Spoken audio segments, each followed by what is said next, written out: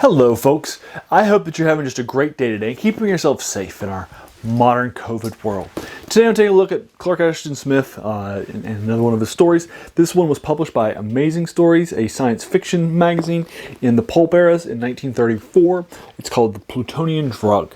It's set in the future where our main two characters are a future pharmacologist who is somebody who knows drugs, has an expert in a number of different pathogens, drugs, and has that sort of a passion and a work. And our other person is a sculptor who's also going to be one of our main protagonists, and he does a lot of famous sculpture during this time. Now this is set in the far future after we have explored the solar system. We have an expedition out to Alpha Centauri. They haven't come back yet to report on what they've found.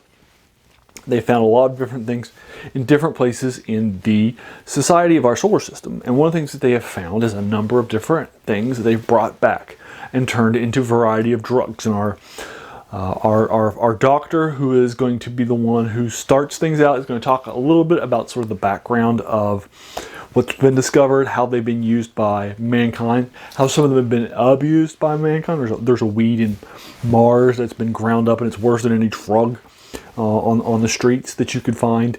It's really bad, really addictive, and sends you to some really bad places and some dark places, and has a lot of deaths that are from it. And then there's also a number of other drugs too.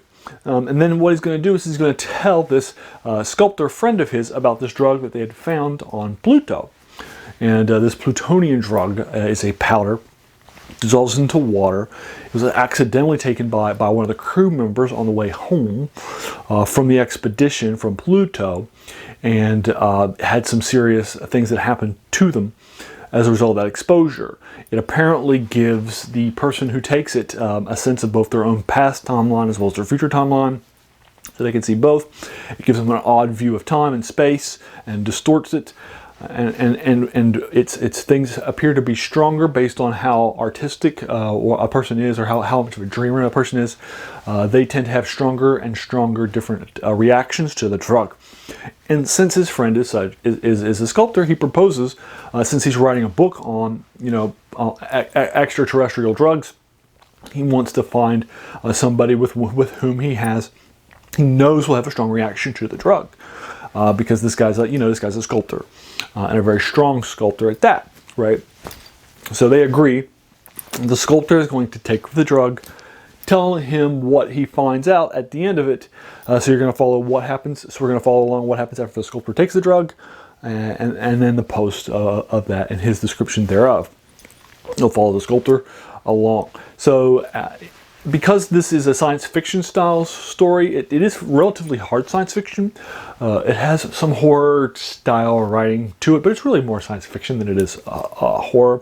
And again, it was written for science fiction pulp by Clark Ashton Smith. Was sold to them in 1934. So it has, and by one of the biggest science fiction pulps and biggest names in science fiction in the pulp era. So it has a big cachet. Now, Clark Ashton Smith didn't get paid a lot for it. It only paid a half a cent a word, where Weird Tales, for example, which is his favorite market, paid a full cent a word. And there were some pulps, Strange Tales, would actually pay more than 1 cent a word, so he didn't like the pay. And also, they had a habit of just accepting a story or rejecting it, and they wouldn't accept it. You wouldn't know they'd accept it until they published it, so you had to buy the magazine. So they weren't super writer-friendly, if you will. So he didn't have a great experience with them, and he'll talk about that with some of his letters to some of his other friends.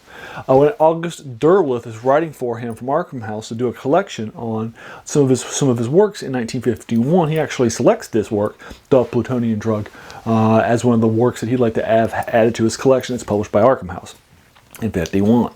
So he is fond of this story, and I can certainly see why. I would give it an 8 out of 10. It's strongly written. There's a lot of fun things that are happening in the story itself. Now, one of the key things that when I was reading the story, there were two main stories from the pulp era, and that were roughly contemporary with this story, that as I was reading, I was reminded of.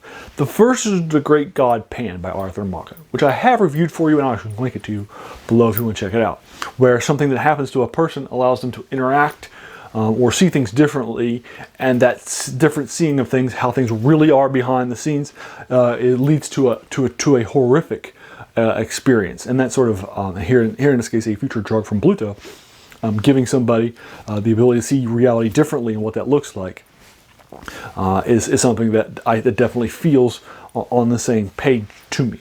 The second one is a short story that's written by Frank Belknap Long in the Cthulhu mythos called The Hounds of Tindalos. And if you've read that story, then again, I think you'll see some of the connections between Frank Belknap Long and this story. So again, I'll link you to that in the comments below.